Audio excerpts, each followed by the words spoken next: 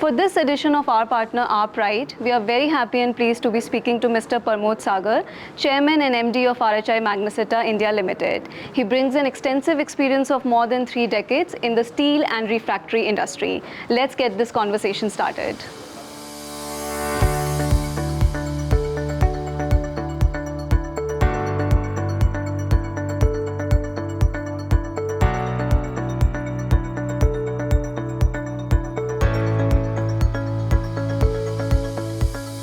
Welcome to the segment, sir, and thank you so much for taking the time to meet us. First of all, thank you very much for considering me for this.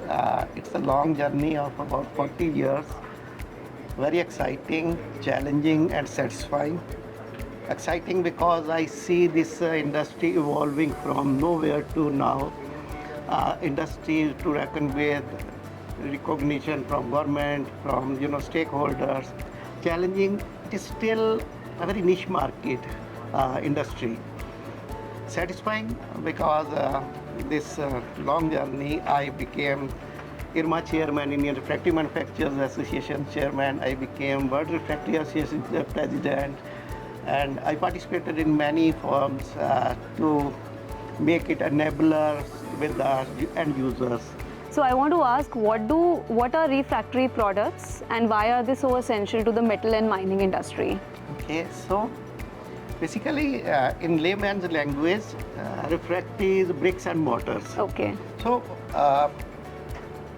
for metal industry, we need to melt scrap or iron ore into a vessel to make it liquid. From raw material, from the mines, to make it liquid. And for that you need a heat. You need an electrode, and then you melt that iron ore or scrap to a liquid steel. And the liquid steel temperature is maybe 1550 and above. Okay. So you need something to insulate that higher than that temperature. So there comes refractory. Okay. The products which bricks, various type of monolithic products, they insulate the vessel with their lining, etc. And then you can, arc and increase the temperature of that particular heat or steel to 1700 degrees C. And then, from that liquid steel, you need to make a solid billet, bloom, or slab caster like in your plants. Right, sir. Right?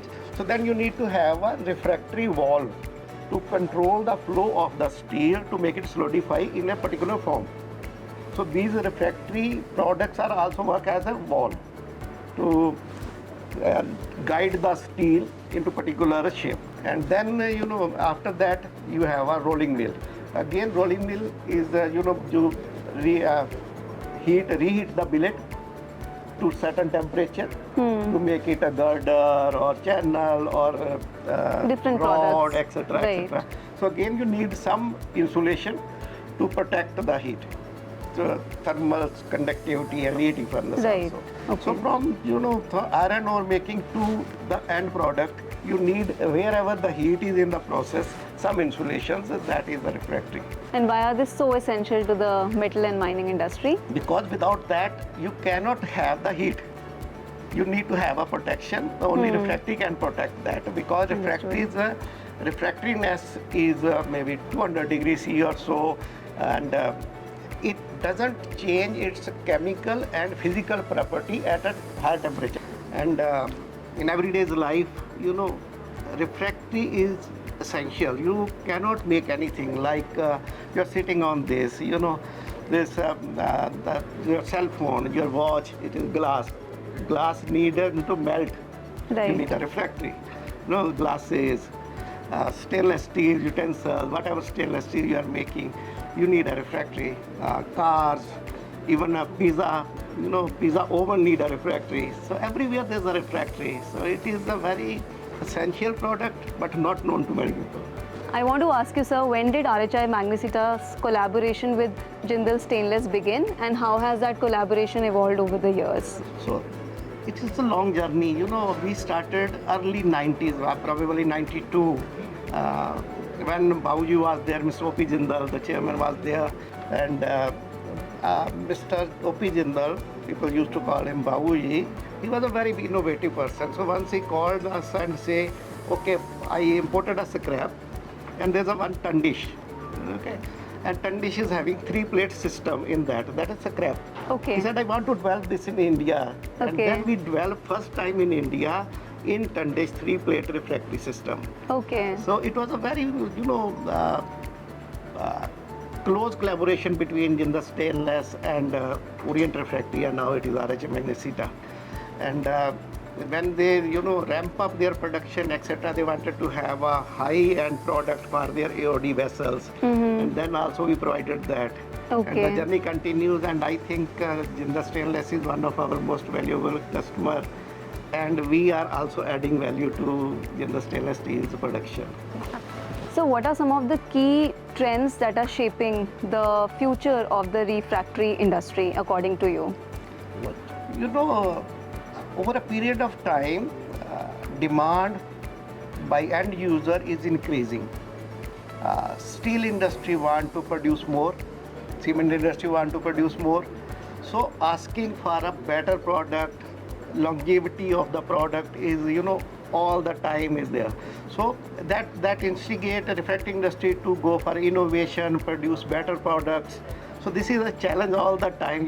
They are asking, okay, I need a particular product, it should run for 20 hours. When you reach to that now, the demand is for 24 hours, Right. 30 hours. So it involves a lot of R&D activity, innovations. So we are going through that journey. And, in early 90s when we started this journey with Jindal Stainless, probably India was producing about 20 million ton of steel, and now we are producing 150 million ton of steel. So same way refractory industry from 1500 crore to 15,000 crore industry now.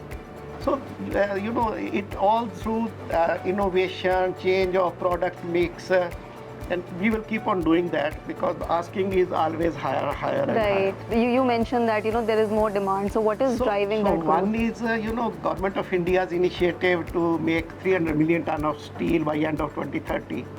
And for that, there's an infrastructure push from government.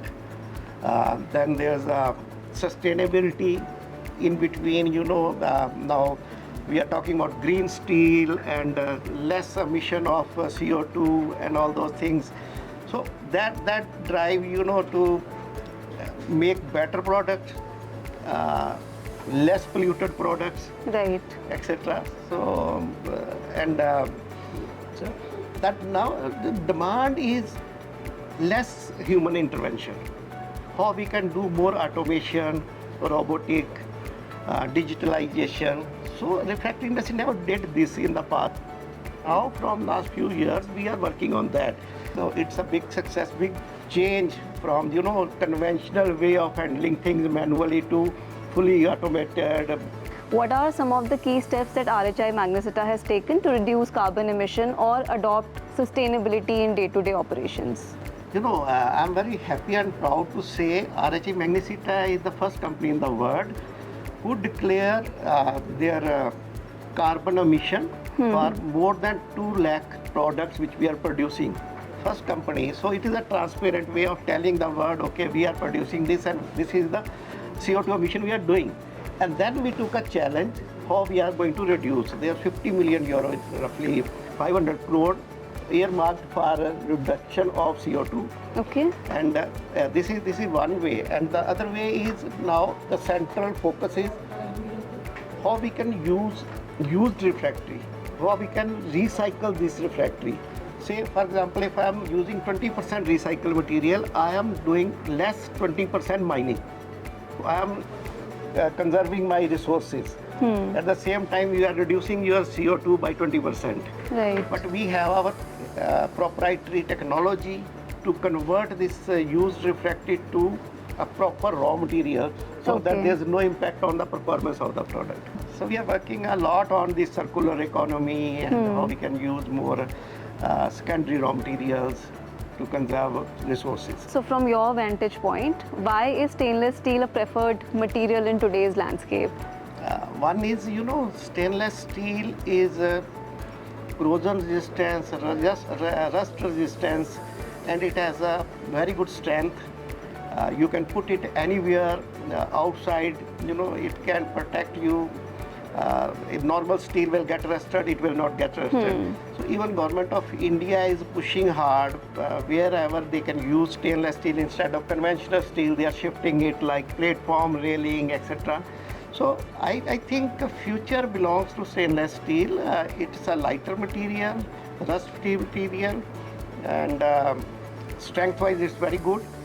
So I think the future belongs to stainless steel. What is your advice to the next generation of engineers and metallurgists? Keep learning. Actually, I keep on telling the young people, you should be in your initial stage of careers on the shop floor. Not sitting in the office behind the laptop. If you are on the shop floor, seeing the product performing, processes, and involve yourself in that, spend good time on shop floor for next 4 or 5 years of your initial career, then you will have a very strong foundation. Okay. And second is adaptability. You need to adapt to the situation. Humility is very important. You need to collaborate with your colleagues. If you are having a humility, then you will, your lead seniors will support you. They will give you right guidance, etc. One more thing is that in your hands as much as you can.